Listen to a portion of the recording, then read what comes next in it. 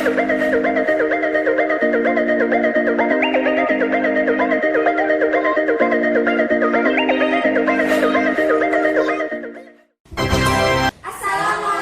warahmatullahi wabarakatuh. Hello guys. Hello. Hi. We are from group 2. We are the third semester English literature. We are going to read the Recount text for our last project of our reading class.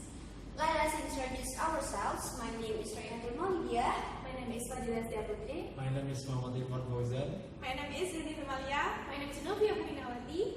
Enjoy our video.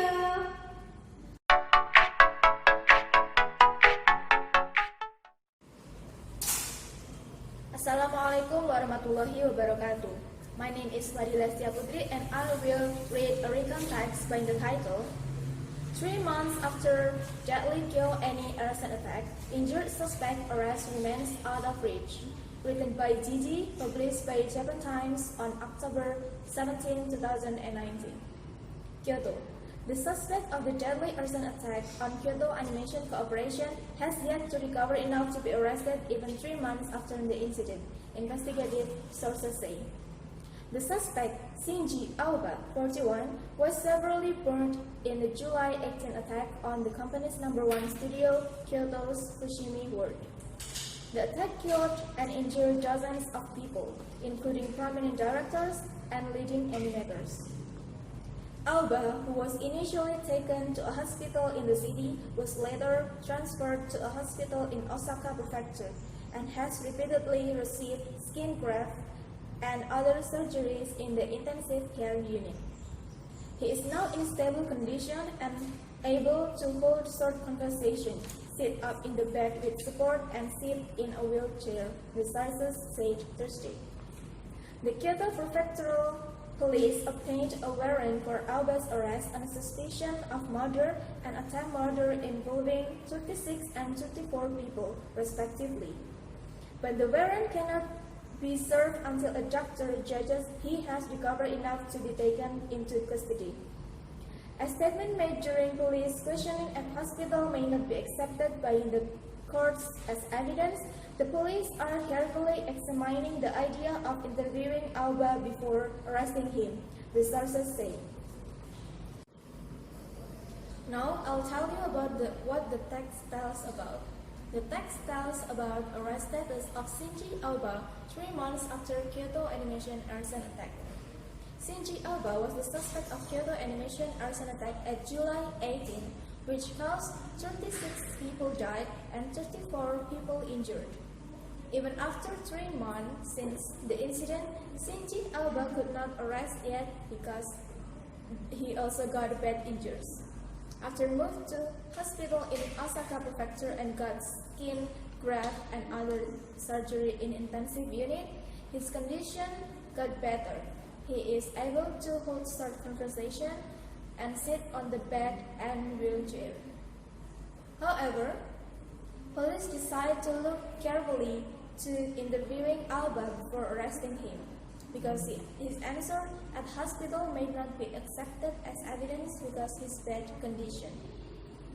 In my opinion, the text was well made.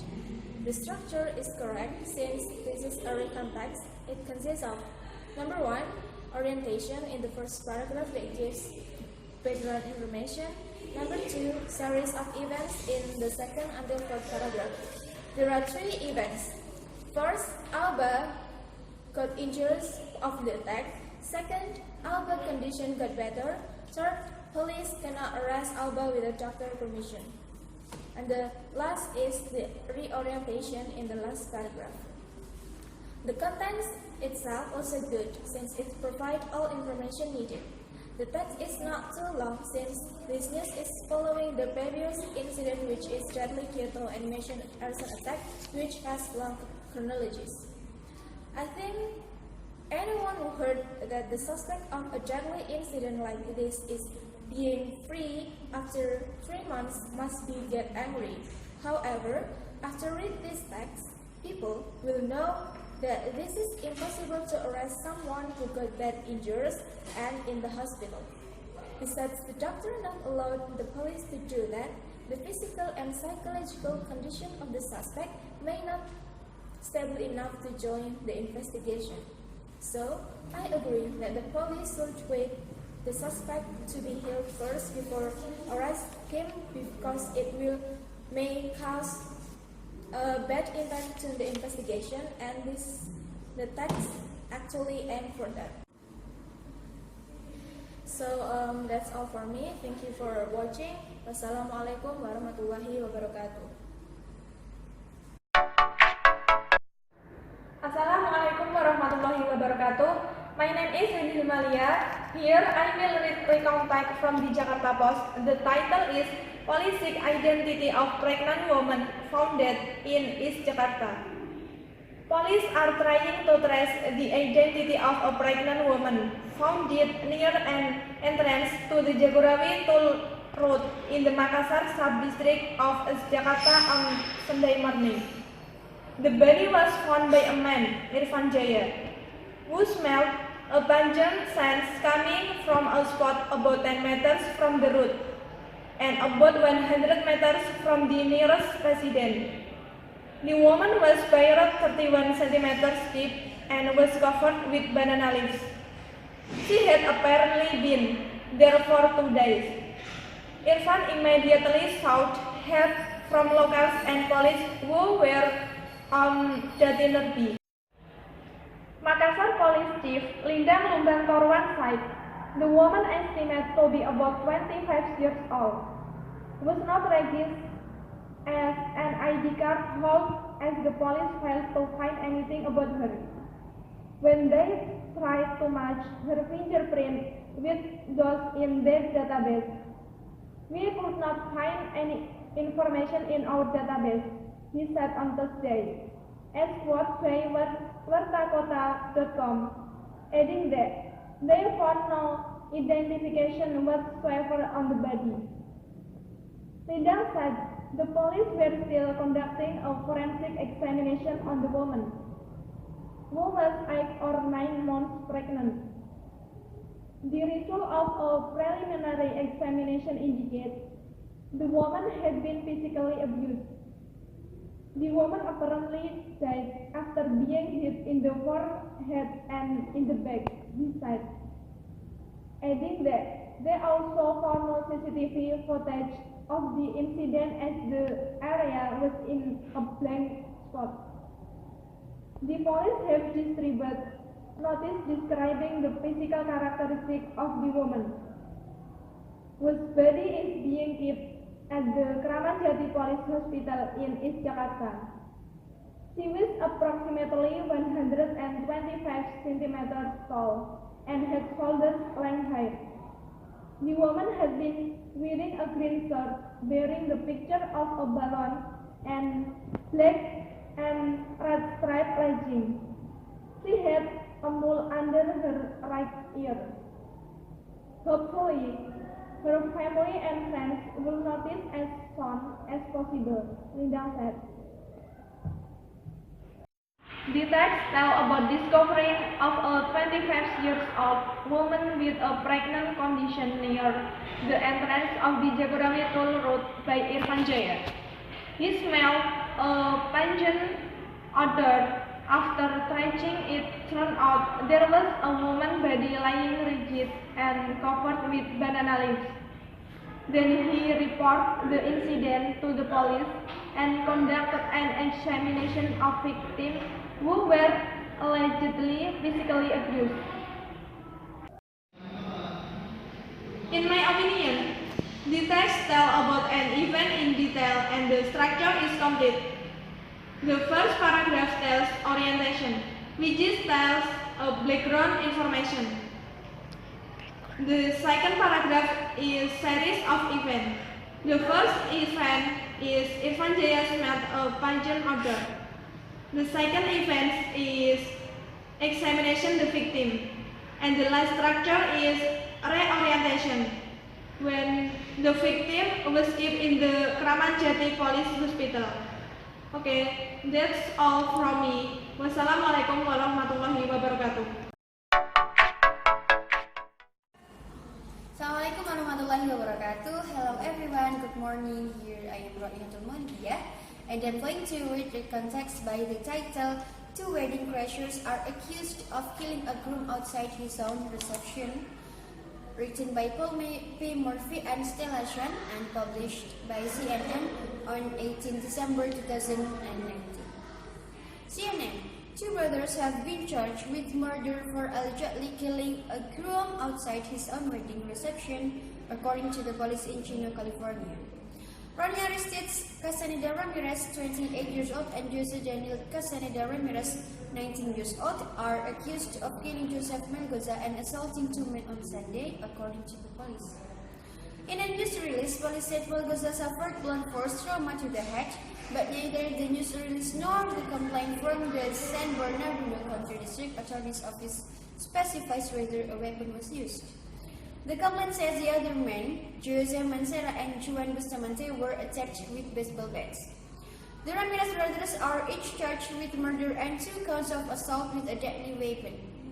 They were scheduled to have their first court hearing Tuesday afternoon. CNN has not yet been able to identify an attorney for the suspects to provide comment. On Saturday, hours before being beaten, Melgoza, 30 years old, had married Esther Bustamante. Melgoza's daughter Lily had served as their ring bearer during the ceremony. "It was the happiest day of my life," she said. The weather was great for the wedding last Saturday. The temperature was in the mid-60s and there were only a few clouds in the sky. Everyone was so happy, Andy Velasquez, Melgoza's brother, told CNN. "After the church, we went to the house for the reception. We ate, celebrated church, everything was perfect. Family says suspects were not invited." Velasquez remembers seeing the Ramirez brothers at the reception. "We didn't think much of it because there were so many people there we didn't know," he said. "It was so late, the only people left were very close family, so I assumed someone knew them." Police say there is no known relationship between the brothers and the groom. Velasquez says it was late when someone confronted the Ramirez brothers and they left the reception. After the party ended, they returned, saying one of them forgot his phone, Velasquez said. A fight broke out in the back alley behind the house where the reception was being held. Authorities say the Ramirez brothers attacked Melgoza there. Family members tell CNN the attackers used baseball bats. "It was pitch black and they, Melgoza and the other 2 men, didn't see the bats," Velasquez said. Bustamante remembers calling 911 after hearing her mom call for help. After she did, she ran as fast as she could toward the commotion in the alley. She said she saw her brother who was injured in the attack, but no one could find her husband. When officers arrived, Esther Bustamante said Melgoza was still missing. "I ran and screamed his name hoping he would answer," she said. "It was so dark." A news release from the police said officers responded to a call on Oaks Avenue about a fight around 2:20 a.m. Sunday and found a large crowd from a nearby party and 2 victims of battery who sustained minor injuries. Witnesses said another possible victim was missing and officers searched and found Melgoza in the rear yard of a residence on 17th Street, the release said. They immediately put up yellow tape saying it was a crime scene, Esther Bustamante told CNN. "Then I knew the worst was coming." Melgoza was transported to Chino Valley Medical Center where he later died, police said. On Sunday afternoon, police served a search warrant at a residence on Chino Avenue and arrested the Ramirez brothers, police said. Groom remembered for loving his family friends. Bustamante remembers her husband never liked using the word goodbye. "It was "I'll see you later," she said. "He never left home without giving us a see you later kiss." He's remembered for being the best father to his daughter Lily. His wife remembers he made sure she had everything. He cared so much about his family and friends, Esther Bustamante told CNN. He would do anything for his loved ones. Velasquez, his younger brother, says Melgoza helped raise him and his other siblings. He became his role model in life. "It was my biggest honor in life being his little brother," Velasquez said. "He helped raise all 4 of us siblings." The family currently trying to raise funds on GoFundMe to pay for Melgoza's funeral services. The text tells us about a murder did by two siblings occurred in Chino, California. The suspects are Ronnie Aristides Castaneda Ramirez, 28, and Jose Daniel Castaneda Ramirez, 19, who killed a groom, Joseph Maldoza, and assaulting two men on Sunday. They used baseball bats to hit the victim and caused him oblong force trauma to the head. They were scheduled to have their first court hearing Tuesday afternoon. CNN has not yet been able to identify attorney for their suspect to provide comments. The wife, who has just got married with the victim, Esther Bustamante, said that it was the happiest day of her life. Family says suspects were not invited. Police say there is no relationship between the brother and the groom. The family is currently trying to raise funds on GoFundMe to pay for Maldoza's funeral services. In my opinion, this recount text is pretty well and detailed to give the information, and the structure of it is so much, as the first is orientation, status of events, and reorientation. This text can be useful for the reader to always stay alert of any condition. Then I hope the suspects can get a penalty of magnitude. That's all from me. Assalamualaikum warahmatullahi wabarakatuh. Assalamualaikum warahmatullahi wabarakatuh. My name is Fauzan, and I want to read a recount text with the title "SEA Games 2-month preparation all worth it for Mobile Legends team," written by Angela Coloma, published by ABS CB News on December 9, 2019. Indonesia's Mobile Legends Bang Bang team had player and bracket playoff advantage coming into the Southeast Asian Games gold medal match. While bronze medalist Malaysia were top seeds in the qualifiers, the Philippines, on the other hand, had bannered players from 3 different teams and drew in its qualifier match against Vietnam and Indonesia to enter the lower bracket. In the finals, Sibol had to climb back as Indonesia reached match 2 point, finally struck the gold medal. Assalamualaikum warahmatullahi wabarakatuh. My name is Fauzan, and I want to read a recount text with the title "SEA Games 2-month preparation all worth it for Mobile Legends team," written by Angela Coloma, published by ABS CB. Compared to the Indonesian team, which probably had a year or so, as Putin said, Indonesia paraded 4 players from Mobile Legends World Champions EVOS Legends, the very first team to win the global tournament organized by game developers Moonton. The other player hailed from Onyx Esports, which won the Philippine-based Mobile Legends Southeast Asian Cup held last October. The Philippines, on the other hand, was parading players from Signal Ultra, Archangel, and Brand Esport, which all had to juggle schedules with their franchise teams. Head coach Brian said in a separate interview, "Honestly, we had so many schedules in between, so we had a hard time scheduling our practices for the Cyber tournament. But we never quit," he said. But the grade of the Pinoy players paid off, as Putin said. Nothing that win was one for the history books. Now, the text is about the preparation of Mobile Legends teams that will spend 2 months for the tournament. And the battle was so amazing. Even the team just have 2 months for preparation. Bronze medalist Malaysia were top seeds in the qualifiers, and Indonesia's team will continue to the gold medal match. Indonesia paired for 4 players from the winner Mobile Legends World Championship last event, EVOS Legends, and the other player is from Onyx Esport, which won the Philippine Mobile Legends Southeast Asian last October. In my opinion about the text, the structure is complete, including orientation in the first paragraph, series of events in the second paragraph, and for the last paragraph, there is reorientation. And the text is clearly tell us how the team do their battle in tournament as well, even they just have 2 months for preparation. But even the text is simple, some words are difficult to understand. Thank you. Assalamualaikum warahmatullahi wabarakatuh.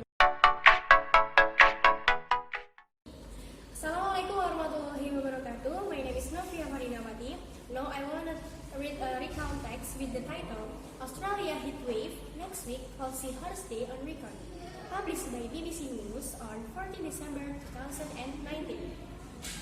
Australia could experience its hottest day on record next week as a severe heat wave in the country's west is set to make its way east, forecaster says. Temperatures are likely to exceed 40 Celsius in many areas from Wednesday, the Bureau of the Meteorology, or BOM, says. The current record of 50.7 Celsius was set on 2 January 1960 in the outback town of Orknada in South Australia. Fire weather warnings have been issued for the parts of the Western Australia and Queensland. In Perth, Western Australia, temperatures are forecast to remain high on the weekend, reaching 40 Celsius on Saturday and 41 Celsius on Sunday. Next week, the extreme heat is likely to continue in parts of Western Australia and also affect much of South Australia, where Adelaide will see highs of 40 Celsius on Tuesday and Wednesday, 41 Celsius on Tuesday and 42 Celsius on Friday. While Australia is expecting a long and dangerous summer, Australia's deadly relationship with heat. In Melbourne, in Victoria State, the temperature is forecast to hit 41 Celsius on Friday. The heat wave is also expected to affect areas of New South Wales and southern parts of the Northern Territory. We're expecting some incredibly warm conditions as we head into next week, potentially record-breaking for a number of areas across southern Australia over the next 7 days or so. BOM meteorologist Diana Eddy was quoted by ABC as saying, "It is not out of the realms of possibility that we could break our highest ever record temperature." The country, she added, could also see its highest average temperature record when all of the maximum temperature records on any given day are combined. Broken next week, that record is 40.3 Celsius from 7 January 2013. Meanwhile, the BOM says a fire weather warning has been issued for Central West, Gascoyne, Lower West including Perth, Ravensthorpe-Shire, Nelson, Stirling, Coast, Upper Great Southern, Roe, Lakes, and Allen in Western Australia. Central Highland, Caulfields, Darling Downs, and Gradient Belt in Queensland. Now, I want to tell you about what text tell about. The text tell about the hottest day that will happen next week. It will be the first hottest day on record of Australia. Based from the BOM says, temperature exceeds 40 Celsius in many areas from Wednesday. Fire weather warning have been issued for parts of Western Australia and Queensland. In Perth, Western Australia, temperature reached 40 Celsius on Saturday and 41 Celsius on Sunday. In Melbourne, in Victoria State, the temperature is forecast to hit 41 Celsius on Friday. The country could also sees its highest average temperature record. Now, in my opinion, the structure of the text is complete, consists of orientation in the first paragraph, series of events in the second paragraph until third paragraph, and the reorientation in the last paragraph. For the content in the text is most complete, which provide the clear information, but the text is not too long. It's so simple and easy to understand. The data are so accurate because it is from the BOM.